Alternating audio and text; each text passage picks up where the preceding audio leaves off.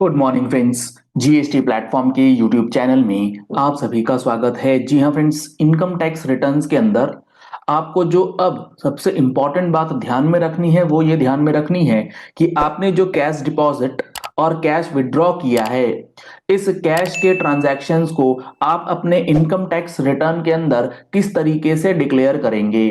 क्योंकि आपका जो ये कैश का ट्रांजैक्शंस है, इसको आप अगर इनकम टैक्स रिटर्न में प्रॉपर डिक्लेरेशन के साथ नहीं फाइल कर रहे हैं तो आपने नोटिस किया होगा कि आपके पास इनकम टैक्स रिटर्न फाइल करते ही आपके पास नोटिसेस आ जा रहे हैं कि आपका जो ये कैश का सेल्स है, ये कैश डिपॉजिट है, ये कैश विड्रॉल है, इसके आगे आपको क्या कहना है। आपने कई सारे नोटिसेस 143 टू 148 के जो केसेस हैं असेसमेंट स्क्रूटनीज के, वो भी फेस करी होंगी इन चीजों को लेकर के, जहां पर आपके कैश विथड्रॉल को लेकर के सवाल पूछा जा रहा है आईटीडी की तरफ से। तो आज के सेशन में हम लोग डिस्कस करेंगे कि ये जो कैश विथड्रॉल है, इसको आप किस तरीके से चैनलाइज कर सकते हैं ताकि रिस्क ऑफ गेटिंग नोटिसेस जो है वो कम से कम हो सके। पूरा खत्म हो जाएगा ऐसा तो संभव नहीं है, लेकिन आपके पास एक रीजनेबल एक्चुअल फैक्चुअल जवाब जो है वो अवेलेबल होना चाहिए, और उसके लिए आपको अपनी इनकम टैक्स रिटर्न्स जो है वो प्रॉपरली ड्राफ्ट करनी होंगी, प्रॉपरली प्रिपेयर करके फाइलिंग करनी होगी। अब यहां पर जो कैश विथड्रॉल का जो सबसे मेजर इश्यूज है वो दो सेक्टर्स में देखा जा रहा है। एक तो हो गया आपका एग्रीकल्चरल सेक्टर। मान लीजिए आप जो परचेज कर रहे हैं, आप किसी एग्रीकल्चरिस्ट फार्मर से परचेज कर रहे हैं, और उस एग्रीकल्चरिस्ट फार्मर को पेमेंट करने के लिए आपको क्या चाहिए? आपको चाहिए कैश, और वो आप अपने बैंक अकाउंट से कैश विड्रॉ करते हैं और किसान को पेमेंट कर देते हैं।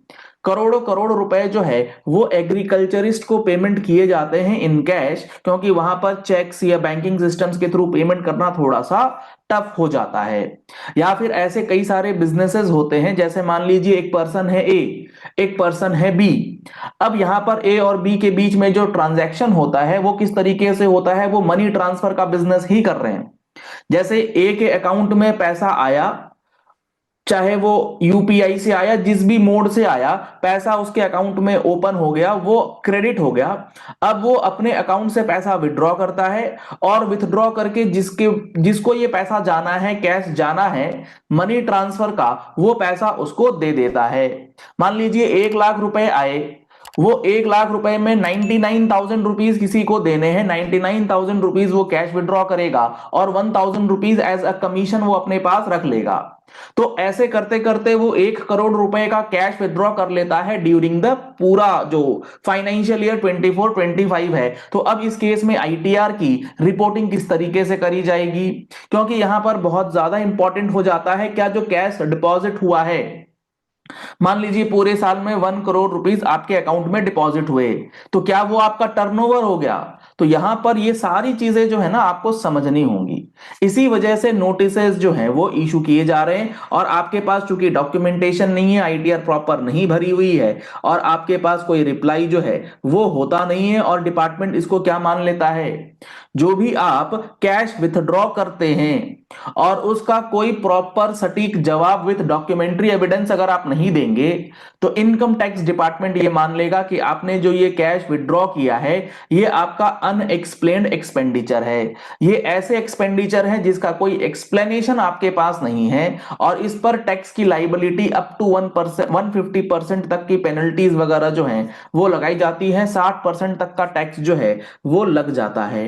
तो आपको सबसे पहले जो इंपॉर्टेंट बात ध्यान में रखनी है, मान लीजिए आपने कैश डिपॉजिट करा है अपने बैंक अकाउंट में 1 करोड़ रुपीज, कैश डिपॉजिट हो गया, या फिर आपके अकाउंट में डिपॉजिट हुआ है। आप इसको कैश मत कहिए, आप इसको कहिए कि बैंक में आपके पास डिपॉजिट आया, यूपीआई से आया, फोन पे आया, ईपीएस आया, जैसे मर्जी आया, ये कैश के रूप में आपको अब विथड्रॉ करना है। अब आप इस 1 करोड़ रुपए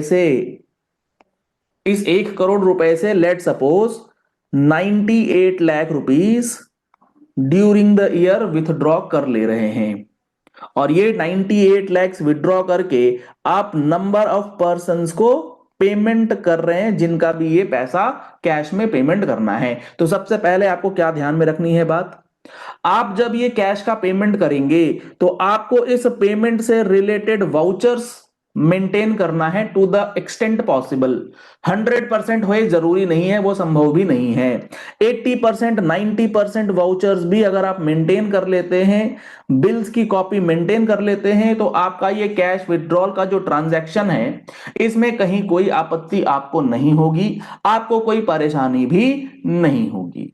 आपको एक प्रॉपर केवाईसी करके रखना है, जिसको आप पेमेंट कर रहे हैं उसका पैन हो, आधार हो, जो डॉक्यूमेंट्स अवेलेबल हो, कि बाद में आप ये सब्सटेंशिएट कर पाए कि ये जो कैश विथड्रॉ किया गया है ये पेमेंट किस पर्सन को किया गया है, उसका वाउचर और उसकी केवाईसी के साथ इसका मिलान आप करवा सकते हैं। तो अगर आप ये सारी चीजें करते हैं तो आपके नोटिसेस का जवाब जो है वो स्ट्रांग हो जाएगा, आपको परेशानी कम आएगी।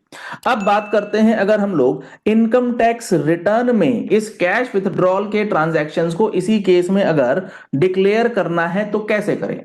यहां पर आपको दो बातें ध्यान में रखनी है। हो सकता है आपने अपने अकाउंट में 1 करोड़ रुपए डिपॉजिट करवाए थे, आए थे एज अ क्रेडिट, ये आपके बैंक अकाउंट का क्रेडिट है, 1 करोड़ रुपए मान लीजिए, और कैश विथड्रॉ है ये आपके अकाउंट का डेबिट साइड है। जब आईटीआर आप फाइल करते हैं तो आप क्या करते हैं, इस पूरे क्रेडिट अमाउंट को दिखा देते हैं कि मेरा टर्नओवर है, जबकि ऐसा नहीं है। ये डिपेंड करेगा दो चीजों पर। मान लीजिए आप जो ये बिजनेस कर रहे हैं ये मनी ट्रांसफर का बिजनेस है और आपको इसमें कमीशन मिल रहा है, और अगर वो कमीशन आपके 26 AS में आ रहा है, जो ये 2 लाख रुपए का डिफरेंस है ये मान लीजिए कमीशन है, और ये आपके 26 AS में आ रहा है, फिर तो कोई प्रॉब्लम है ही नहीं।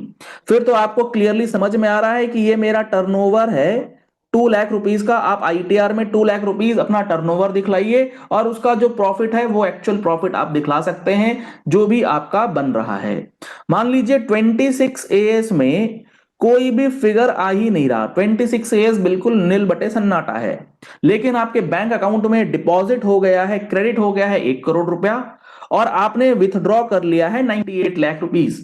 अब इसे 26 AS में तो जीरो है, लेकिन बैंक में तो ट्रांजैक्शन है। इनकम टैक्स डिपार्टमेंट वाले पूछेंगे कि आपका ये जो पैसा ट्रांजैक्शन हुआ है इसका टर्नओवर कहां है, इसका इनकम टैक्स कहां है।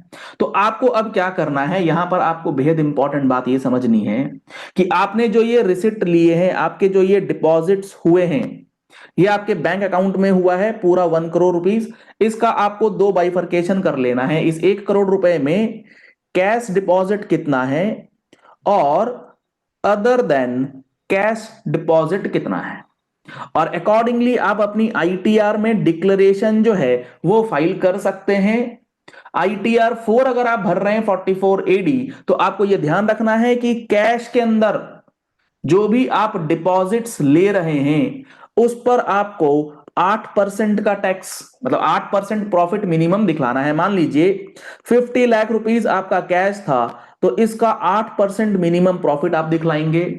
अदर देन कैश मान लीजिए 50 लाख रुपीस है, तो इसका 6% आप प्रॉफिट जो है वो डिक्लेयर करेंगे। तो यहां हो गया 4 लाख रुपीस, और 50 लैक्स का जो 6% हो गया वो हो गया 3 लाख रुपीस, यानी कि 7 लाख रुपीस आपका प्रॉफिट हुआ, जिस पर आपकी टैक्स लाइबिलिटी लगभग जीरो हो जाएगी।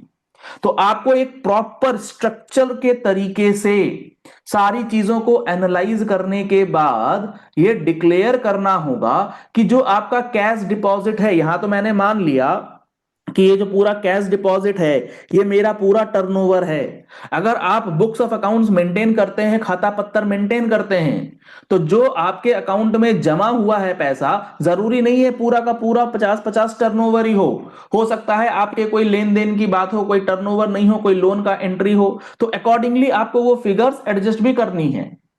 तो आपको ये सारी चीजें करने के लिए एक प्रॉपर अकाउंटिंग करना जो है जरूरी है।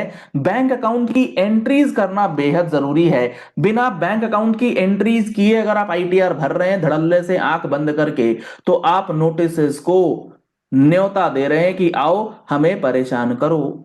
और बैंक अकाउंट को अगर आप इंपोर्ट करना चाहते हैं, अकाउंट्स आप बनाना चाहते हैं बैंक अकाउंट की मदद से, तो आप फ्री टूल्स तो आप bank import tools, accounting tools जो है वो यूज कर सकते हैं। अगर आपको automation of accounting, automation of bank entries करना है तो आप कॉन्टैक्ट नंबर्स स्क्रीन पर दिए गए हैं, इन नंबर्स पे कॉल करके, व्हाट्सएप करके जो टूल्स अवेलेबल हैं उन टूल्स को यूज कर सकते हैं और अपने अकाउंटिंग को, अपने ट्रांजैक्शंस को प्रॉपरली रिकॉर्ड कर सकते हैं।